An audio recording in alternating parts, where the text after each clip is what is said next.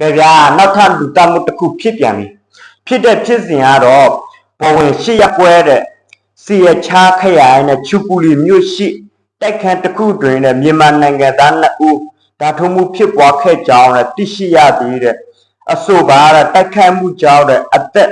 30အရွယ်တဲ့အမျိုးသား2ဦးသေဆုံးပြီးတဲ့22နှစ်အရွယ်အမျိုးသား2ဦးတဲ့တန်ရများတဲ့ပြင်းထန်စွာရရှိခဲ့ကြောင်းနဲ့အဆိုပါတိုက်ခန်းသူဤအကိုဖြစ်သူဆိုသည်တဲ့ကဲတကြတာကိုမြင်မှာအချင်းချင်းကိုပြန်တတ်နေကြတာတည်င်းနေတဲ့လိုက်ဖားတာเนาะတော်မှကိုစိတ်မကောင်းစရာပဲအခုတည်းเนาะဒါချူပူလီခရိုင်ထဲမှာပေါ်ဝင်ရက်ွက်အထက်မှာဖြစ်သွားတာပေါ့เนาะမြန်မာနိုင်ငံသားတွေပေါ့เนาะအလုတ်သမားတွေအလုတ်ပိတ်ရက်တကြံအလုတ်ပိတ်ရက်မှာအချင်းချင်းတောက်စားရတယ်ပေါ့เนาะအခန်းမှာတောက်စားပြီးမှမူပြီးတော့တယောက်စကားများပြီးတော့မှဓာထုမှုဖြစ်တယ်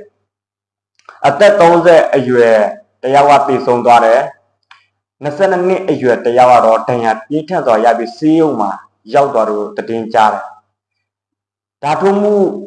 ဓာထိုးတဲ့လူကတော့အခုလောလောဆယ်မှာဖက်ပြေးတိန်းရှောင်နေလို့ပြောတယ်ဘောဝင်ရဲစခန်းကနေပြီးလိုက်လံစုံစမ်းနေလို့လည်းတည်င်းရတယ်အခုချိန်ကြီးတော့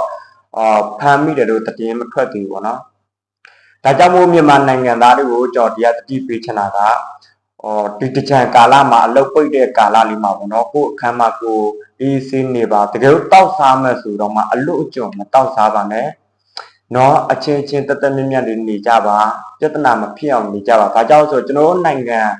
မြန်မာနိုင်ငံသားတွေကိုထိုင်းနိုင်ငံသားတွေကတော်တော်မျက်မှောင်ကျိုးနေတယ်သူတို့နိုင်ငံမှာမြန်မာနိုင်ငံသားအများကြီးဖြစ်တဲ့အတွက်ကြောင့်မလို့သူတို့နိုင်ငံမှာမလုံခြုံမှုဖြစ်တယ်ဆိုပြီးတော့သူတို့တွေအမြဲတမ်းဝေဖန်ကြတယ်အခုလူမျိုးလူတတ်မှုတွေဇက်တိုက်ဖြစ်နေမှဆိုရင်ကျွန်တော်မြန်မာနိုင်ငံသားတွေပူပြီးတော့မှအထင်ပေးသွားလိမ့်မယ်เนาะဒါကြောင့်မဂရုစိုက်ပြီးနေထိုင်ပါအခုလူမျိုးလူတတ်မှုဖြစ်စဉ်မျိုးတွေမဖြစ်အောင်အထူးတော့မှဂရုစိုက်ပြီးတော့နေထိုင်ကြပါစုပူတောင်းကြမှုတွေမဖြစ်အောင်နေထိုင်ကြပါသူများနိုင်ငံမှာကျွန်တော်တို့ကလာနေတာဖြစ်တယ်သူများတက်ကမျက်မှောင်ကျအောင်ကျွန်တော်တို့နေလို့မရအောင်เนาะသူများတက်ကလေ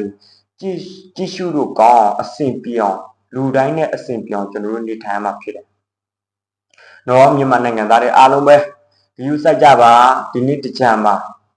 နော်အလဲပါတွေကိုရှော့ပြီးတော့မှနော်ကုသိုလ်ရေးကိုယ့်ရဲ့ဘာသာနော်ကိုယ့်ရဲ့ယုံကြည်ရာတွေကိုများများလောက်ကန်ကြပါကိုယ့်အတွက်အကျိုးရှိစေမယ့်အရာတွေကိုများများလောက်ကန်ကြဖို့ကျွန်တော်တိုက်တွန်းချင်ပါတယ်ခင်ဗျာ။ဟုတ်ကဲ့ပါကျေးဇူးပါ။